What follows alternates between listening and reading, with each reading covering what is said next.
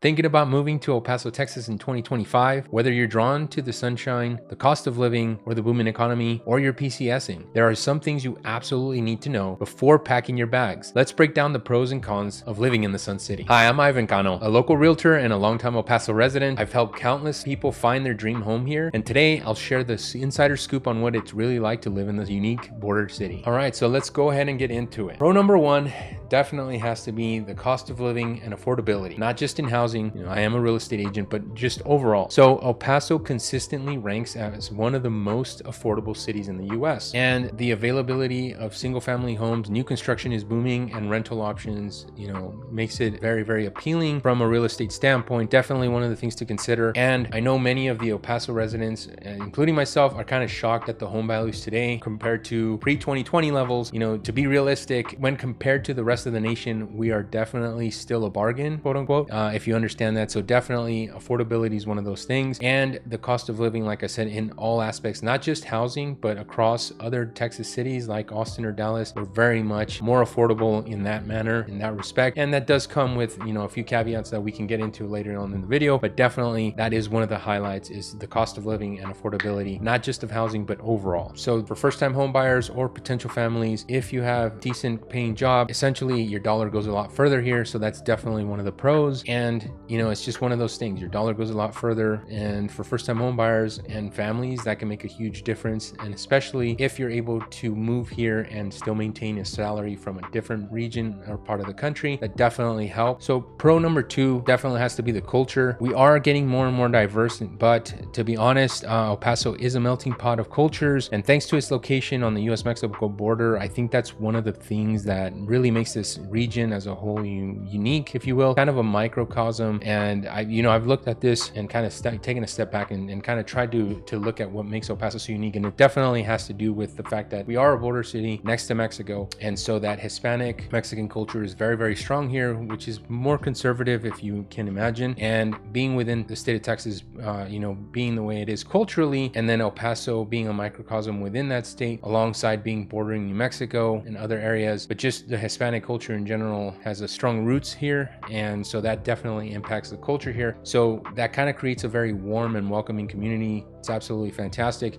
One of the pros of that is, again, it just creates a very, very good environment. Take it from me, I'm not originally from here, but I've been here long enough to understand it. And believe me, I've traveled enough to where when I became a family man myself, I kind of realized that, El Paso is a very, very good place to raise a family. So the rich blend of Mexican and American traditions, the foods, the festivals, the festivities, daily life, you can see it. And like I said, it's kind of hard to convey in words. It's just something that kind of you experience once you're here. It's definitely unique. Definitely not for everyone, but I could say as a longtime El Pasoan, I definitely love our city. I love our culture. There are pros and cons that we're discussing, but definitely this is a pro, and for me, so definitely one to keep in mind. And let's go ahead and get into pro number three, and that is the outdoor lifestyle. So for nature lovers, El Paso is definitely a go-to. It's a paradise. Hiking trails, the Franklin Mountains, the scenic drives, parks like Waco Tanks, for rock climbers. It's a state park. It's definitely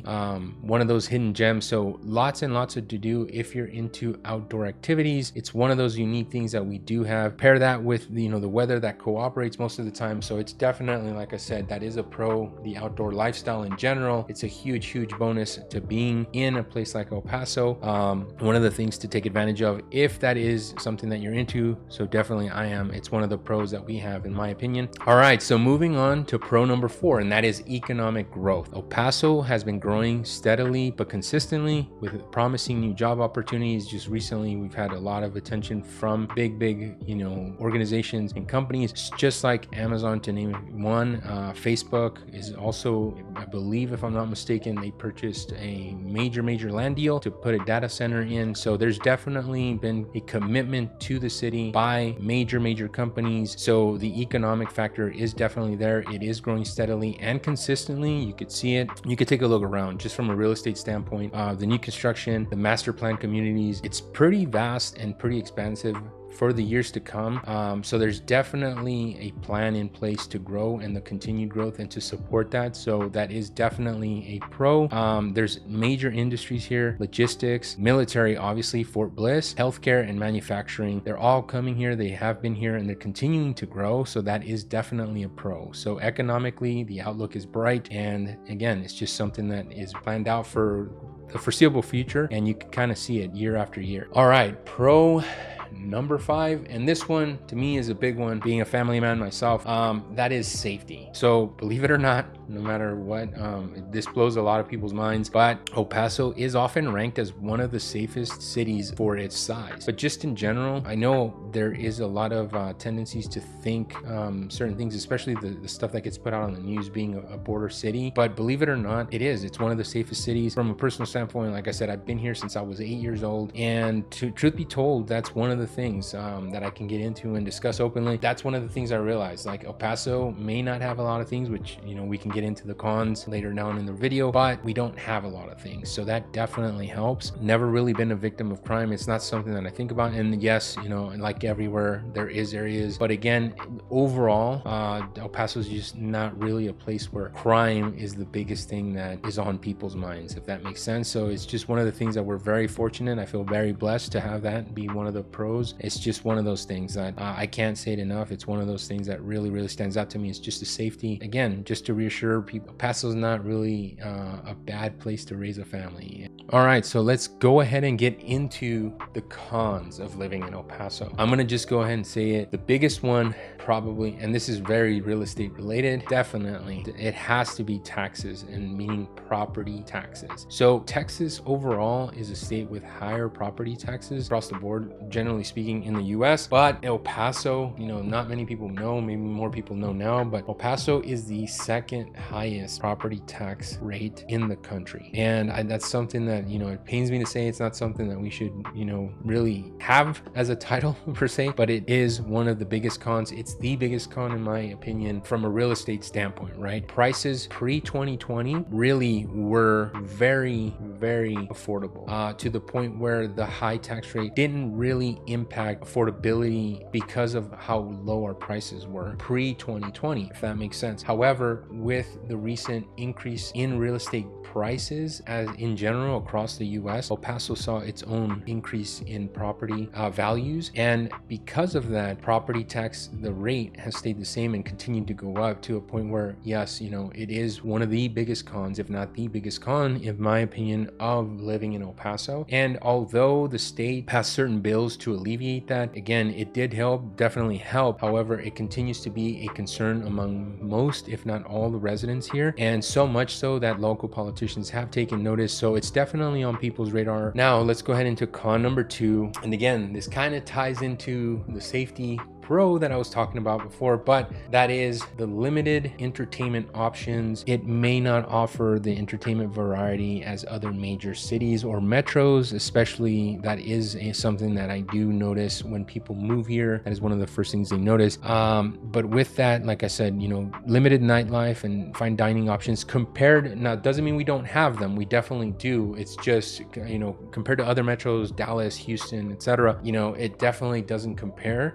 There isn't the you know, the amount of nightlife and fine dining options, for example, as other major metros. So that is something of a con. However, like I said, that kind of ties hand in hand, because again, personally speaking, I kind of realized that although El Paso doesn't have a lot of things, case in point, you know, entertainment options, it doesn't have a lot of things like crime. Paso is growing, and there definitely is more and more every year. Now, con number 3 that I would like to get into is definitely going to be public transportation. You know, just to be clear, getting around El Paso without a vehicle, a car, you know, is definitely going to be a challenge. Do have a public transportation system, very limited compared to, again, comparatively speaking, to other metros, major cities, etc. We do have Sun Metro, but relying on this is definitely going to be, like I said, a challenge. So so, you know, just getting around in El Paso without a personal mode of transportation, and more specifically being a vehicle, car, you know, truck, etc., is definitely going to be a con. And although, like I said, the city is making efforts to improve, you know, bike lanes and, you know, pedestrian friendly areas, like I said, just overall, getting around in El Paso without a car is definitely going to be a challenge. So that, you know, that definitely is a con to keep in mind. All right, so moving on to con number 4, and that is the distance to other major cities and metros. Geographically speaking, El Paso is kind of isolated when compared to other Texas metros or other metros in general. That is a con. So getting to other big cities, you know, like San Antonio, Albuquerque, Phoenix, it's going to take a little, you know, quite a bit of a drive, in some cases 8 hours, like to San Antonio, 10 hours to Austin, etc. Keep in mind, it's just, like I said, geographically speaking, we are kind of isolated here, and so that is going to impact, you know, travel. And this is a big one for me, as I used to travel quite a bit. You know, we still do travel. Very limited amount of direct flights out of El Paso is definitely a con to keep in mind, and that is just due to the distance to major cities. Like I said, that's going to be a con, especially when traveling. Now, to say that, there are quite a bit of day trips and beautiful areas, you know, not only in Mexico with Juarez, but just other, you know, New Mexico road trips, you know, Arizona. There's quite a few day trips that you can definitely do being here in El Paso. So that is something to keep in mind. It's just, you know, generally speaking, we are more isolated to other major metros, but there are very, you know, especially day trip, you know, distance kind of trips that you can take around, and they're absolutely beautiful. All right, and final con I'd like to get into, and this one's a big one for me, is gonna be dust and allergies. So the desert landscape definitely brings on its own set of challenges, like dust storms and seasonal allergies. It's just something that we have to deal with here. It's one of my, probably one of the biggest cons for me that I really dislike about El Paso, but it kind of ties into one of the pros, which is the outdoor lifestyle, because we do have very good weather most of the time. Just like example, at the time of this video, it's January 3rd, and we had a beautiful, you know, 70s day here. So dead of winter, kind of get the idea. That helps for outdoor activities, but because of that, you know, being in the desert, that does bring in dust storms, and that is something that we have to deal with. It's just, again, the high winds at times just can reduce air quality, and just dust gets everywhere. And so that's going to be one of the biggest things if you have allergies, which I do suffer from time to time. It's just, it gets really bad. There are certain things you can do, especially within your home. One of those things that comes with the charm of the desert scenery, you know, it's just, dust is definitely, and again, like I said, that's a big one for me. It's a big dislike from me personally, but dust and allergens. So if affordability, safety, and outdoor adventure are your priorities, El Paso could be the perfect fit. But if you thrive on, you know, bustling nightlife or proximity to other metro areas, then you might need to adapt to El Paso's unique pace. And that's just, you know, saying that if you're having to move here and you don't really have a choice, you know, it's just something to keep in mind. For me personally, like I said, to be honest, when I moved here and growing up here, you know, I promised myself I couldn't, you know, graduate high school, get out of here, and I couldn't wait to leave. And then I became an adult and kind of started traveling. And then when I became a family man, that's when I really started to take notice. And like I said, for me personally, I really love our city. It's grown on me quite substantially, to the point where, yeah, I'm proud to call El Paso home. It's definitely not perfect, but you know, I'll take our way of life. And one of the biggest things, like I said, for me, just being a father, that's one of the big motivators of why I love our city so much. It's kind of hard to convey, but like I said, the easiest way I can summarize it is we don't have a lot of things, but, you know, on the same token, we don't have a lot of things. Are you thinking about moving to El Paso, or do you already live here and have your own list of pros and cons? Let's chat in the comments below. As someone who knows El Paso inside and out, I'd love to help you explore your options for finding the perfect home here. And as always, if you like what you see on this channel, please go ahead, like, comment, and subscribe. It helps the channel tremendously. And as always, life is good.